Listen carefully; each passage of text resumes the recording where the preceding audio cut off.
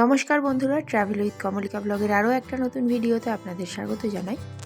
আজ 14ই জানুয়ারি মঙ্গলবার, আর এখন বিকেল প্রায় 3:30 মতো বাজে। এখন আমরা আছি শ্রী রামকৃষ্ণ আশ্রম নির্বিঘ্নে। প্রতি বছরের মতো এবছরেও এখানে প্রচুর ফুলের চাষ হয়েছে, আর এই রং বেরঙের ফুল দেখতে দূর দূর থেকে অনেকেই এখানে আসে। আমরাও চলে এসেছি, আর আজ পৌষ সংক্রান্তি হচ্ছে একটা ছুটির দিন। ঘুরে দেখবো এখানকার ফুলের বাগান, প্রদর্শনী ভবন, নার্সারি, গোশালা, সমস্ত কিছু। তার আগে আপনাদের জানিয়ে দিই কিভাবে আপনারা এখানে আসবেন। জয়নগর মজিলপুর স্টেশনের 1 নম্বর বা 2 নম্বর প্ল্যাটফর্ম থেকেই এখানে আসা যায়। 1 নম্বর প্ল্যাটফর্ম থেকে এলে আপনারা ভ্যান, টোটো, অটো এই গাড়িগুলো পেয়ে যাবেন। আর 2 নম্বর প্ল্যাটফর্মের বাইরে থেকে বাস, ট্রেকার, অটো পাবেন, যেগুলো সরাসরি মন্দিরের সামনেই আসছে। রাস্তা থেকে মন্দিরে আসার জন্য যে গেটটা দিয়ে প্রবেশ করবেন, সেটা থেকে বেশ কিছুটা এগিয়ে এলে তারপরে মন্দিরের মূল গেটটা আপনারা পাবেন। আর এই যে রাস্তাটা, এর পাশে বসার জন্য বেশ কিছু বেদি করা আছে। এই শান্ত পরিবেশে সেখানে আপনারা কিছুক্ষণ সময়ও কাটাতে পারেন। এখন প্রায় 3:30 মতো বাজে, আর এবারে মন্দিরের গেট খোলা হবে। আর যারা এখানে এসেছেন তারা এই মন্দিরের সামনে অপেক্ষা করছেন, মন্দিরের গেট খোলা হলে ভিতরে প্রবেশ করবেন। আর মন্দিরের ঠিক ডান দিকে এই যে ভিতরের রাস্তাটা, এদিকে আগে যাওয়া যেত, কিন্তু এদিকে এখন ব্যারিকেড করে যাওয়া বন্ধ করে দেওয়া হয়েছে। তাই এই দিকের ফুলগুলো দূর থেকেই আপনাদের দেখানোর চেষ্টা করব। আর এই দাদা এখন এই ব্যারিকেডগুলো সরাচ্ছেন, তারপরে মন্দিরের গেট খুলবেন। ততক্ষণ চলুন আমরা চারপাশের ফুলগুলো একটু দেখে নিই। মন্দিরের ডান দিকে এই যে বিল্ডিংটা দেখছেন, দুপুরবেলা এখানে ভোগ প্রসাদ দেওয়া হয়। তাই আপনারা যদি এখানে ভোগ প্রসাদ গ্রহণ করতে চান, তাহলে দুপুর 1টার মধ্যে এখানে চলে আসবেন। আর এখানেই আছে অফিস, সেই অফিস থেকে মাথাপিছু 10 টাকা দিয়ে কুপন কেটে আপনারা ভোগ প্রসাদ গ্রহণ করতে পারেন। এখানে বিভিন্ন ধরনের ফুলের চাষ হয়েছে, কিন্তু সব ফুলের নাম আমি জানি না। আগে এই ফুল গাছগুলোর পাশে সেগুলোর নাম লেখা থাকতো, তাই চিনতে সুবিধা হতো। কিন্তু এই বছর দেখছি সেই নামগুলো লেখা নেই, কিন্তু কিছু কিছু ফুল চিনতে পারছি, যেমন পিটুনিয়া, ইনকা গাঁদা, ডালিয়া, চন্দ্রমল্লিকা, এই ধরনের বহু ফুল আছে। আর গাঁদা ফুলের তো বিভিন্ন ভ্যারাইটি আছে, তবে সব টবেই এখনও ফুল ফোটেনি। কিছু কিছু টবে বেশ কুঁড়ি আছে, সেগুলো ফুটতে আরও কয়েকদিন সময় লাগবে। আর মন্দিরের ডান দিকের এই যে সিঁড়িটা, এই সিঁড়িটাও টব দিয়ে ভরে দেওয়া হয়েছে। আরও যে জিনিসটা দেখতে আপনাদের ভালো লাগবে, এত বড় চত্বর, প্রচুর মানুষ আসছেন, কিন্তু পুরো জায়গাটাই খুব পরিষ্কার পরিচ্ছন্ন।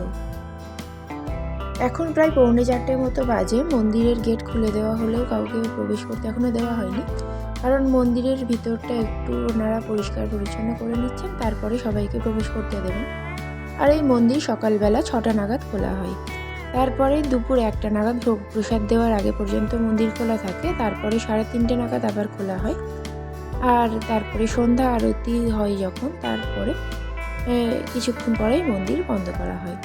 সন্ধ্যা আরতির সময় যদি আপনারা এই মন্দিরে আসেন, তাহলে দেখতে কিন্তু বেশ ভালো লাগবে, কারণ এখানকার যে ছাত্ররা আছে তারা সবাই সাদা ধুতি আর ফতুয়া পরে একসাথে এখানে প্রার্থনা করতে আসে। ওই সময়, সেই সময়টাই দেখতে খুব সুন্দর লাগে।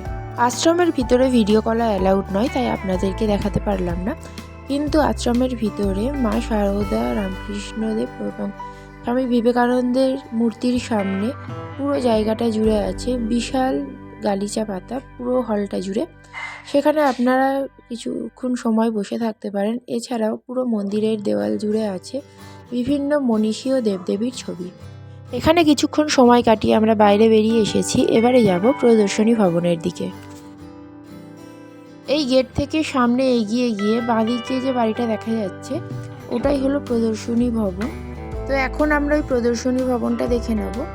আর এখানে ফুল ছাড়াও এই রাস্তার দুপাশে যে গাছগুলো দেখছেন, এগুলো বেশ অন্য ধরনের।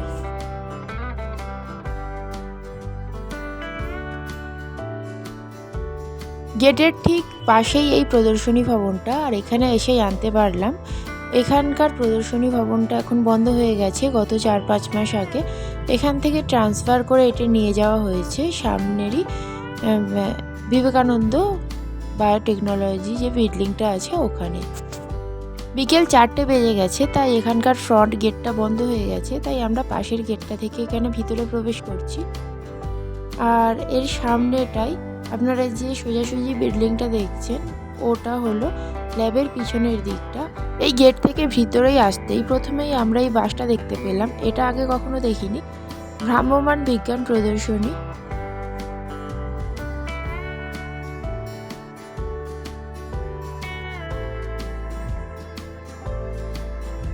আর এর পাশ থেকে আমরা চলে এসেছি গোশালার দিকে। এটা হলো ল্যাবের একদম পিছনের দিকটা। এখানে প্রচুর আপনারা গরু দেখতে পাবেন, যেগুলো এখানেই পালন করা হয়। আর সকাল বা বিকালে এই গরুর দুধও এখানে স্থানীয় মানুষরা নিয়ে যান। আর আপনারা যদি এর পাশের ল্যাবটা ঘুরে দেখতে চান তাহলে ওনাদের অনুমতি নিয়ে ঘুরে দেখতেই পারেন। আমরা গোশালা থেকে এবারে যাব নার্সারির দিকে। আপনারা যদি এখান থেকে বিভিন্ন ধরনের ফুলের গাছ কিনে নিয়ে যেতে চান তাহলে এই নার্সারি থেকেই পেয়ে যাবেন।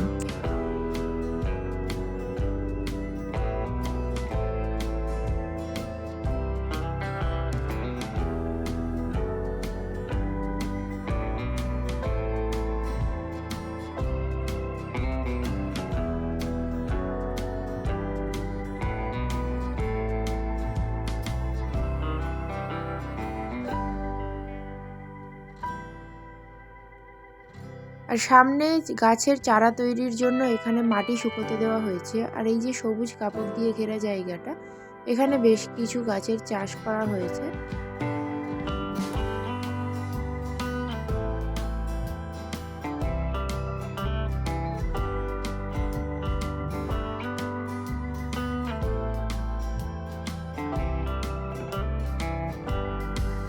সামনের এই পুকুরের ঠিক উল্টো দিকেই আছে নার্সারিটা। আর এই পুকুরের পাশেই বিল্ডিংটাতেই প্রদর্শনী ভবনটা ট্রান্সফার করে নিয়ে আসা হয়েছে, কিন্তু আজ বিকেল 4টে বেজে গেছে বলে এটা বন্ধ হয়ে গেছে। আপনারা যদি এটা ভিজিট করতে চান তাহলে বিকেল 4টের আগেই আসার চেষ্টা করবেন। আর এখান থেকেই আপনারা চাইলে খাঁটি মধুও পেয়ে যেতে পারেন।